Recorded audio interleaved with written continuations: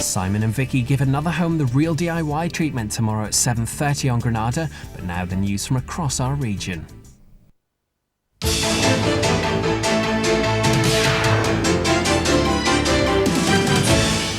Good evening. DNA samples are to be taken from scores of men in Lancaster as police hunt a vicious sex attacker. He's thought to have struck 3 times in a month. The latest victim has been speaking of her ordeal, as Alison Tarpey reports. I was walking along, I didn't see anyone. I always look behind me when I walk home. Didn't see anyone about. Then all of a sudden the man approached me and sexually assaulted me. You just don't think it's going to happen to you or your town. And yes, it's very scary. The 32-year-old was punched in the face, knocking her unconscious. She was then raped. The attack happened in the early hours of April the 1st after she'd been out for the evening. It's the 3rd attack in the same area in a month, and police say certainly the most violent. The severity of the assault has shocked officers. In the 27 years I've been around this area, I've never had to deal with one like that before. The level of violence is frightening, and the main concern is that if an individual is prepared to do that, he may well strike again. Detectives are using DNA testing for the first time in the area in a bid to catch the man. They're targeting local males and those known to police. The attackers, described as 25-year-old white male of average build, around 5'5", with mousy brown hair. The skies over Ellesmere Port in Cheshire were filled with thick black smoke for several hours today after several industrial sites were hit by a power cut. It caused a shutdown at Shell's Stanlow complex, which led to the spectacular burning off of materials left in the plant's processing system. Firefighters called to stand by at the scene say the clouds aren't thought to have posed a danger to the public. The power cut also affected thousands of nearby homes. A court in Manchester has heard claims that a consultant orthopaedic surgeon indecently assaulted female patients and young girls while working at his city centre practice. 62-year-old Rodney Phillips from Whitefield in Greater Manchester denies 25 counts of indecent assault on 9 women and 2 children. The case continues. Schools in Liverpool are to be transformed with a £280 million rebuilding programme. The plans include knocking down some of the worst classrooms and starting afresh. Anna Connor reports. Calderstone School is part of Liverpool's heritage. Once a country home, it then educated John Lennon. But behind the grand exterior, there are buildings close to collapse. The canteen is so damp it can't be painted. It's very depressing and at times very demoralising, particularly if there's a bad spell of weather and your classroom leaks and suddenly you have to move everything and the children's lessons are disrupted and we have to find another classroom while we do a very temporary patch and repair job. And that's been going on for a long time. A construction firm will do the repairs, then the authority will pay it back, almost like a mortgage over 25 years.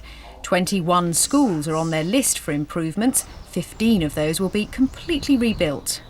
That's going to be a major boost for the kids, for the staff and parents, and of course a major plank of regeneration in those areas. The other 6, like this one, will be major refurbishments. So I would think that at the end of the process the schools will be unrecognisable. The work's due to start in September. An inquest into the death of a soldier from Lancashire has heard that he died after other soldiers bet him £50 to drink half a litre of vodka. 22-year-old Martin Rimmer from Clitheroe was a Scots guardsman and was found in a corridor at Wellington Barracks near Buckingham Palace. While he was drunk, the guardsman shaved off one of his eyebrows and covered him in camouflage paint. His alcohol level was found to be 5 times over the drink-drive limit. The coroner recorded a verdict of misadventure. Workers from a factory on Merseyside have been lobbying the government over their future. Ravenhead Glass in St Helens closed down last month with the loss of 200 jobs.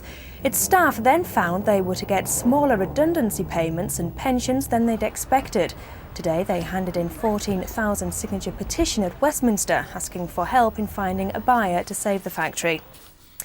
The UK's largest tour operator is to boost its commitment to Liverpool Airport with an expected 10-fold increase in passenger numbers. Thomson is making around 70,000 seats available from Speak next summer. Holidaymakers will have a choice of 16 weekly flights to 13 Mediterranean destinations. Airport bosses say they're confident the new passenger terminal will be completed in time to cope with the increase in numbers. Finally, we all know how important home comforts are to cats, but how about spending £2 million on a special home for them to make sure they want for nothing? Michelle May reports from Chester Zoo. Carlo lazes in the lush tropical rainforest that would be his home in South America. Next door, Consuela spends her time roaming the dry savanna grasslands. They may have different coats, but they're both jaguars and have just arrived at Chester Zoo from Italy. It's taken 2 years and £2 million with painstaking attention to detail to recreate two completely separate landscapes where the animals could be found in the wild. We're slowly getting to know them. Carlo is very aloof. I think we've probably all met cats like him.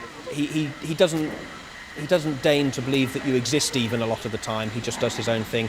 She's more interested in what you're doing, which is useful when wanting to get her into the den, because if you're calling her in, she can't help herself but come and have a look. A mate for Consuela is due to arrive from Poland in 2 weeks, by which time the zoo hopes to have opened up an outside enclosure for the cats. And that's all from the newsroom tonight. We'll be back at 6:10 tomorrow morning in GMTV. But until then, good night.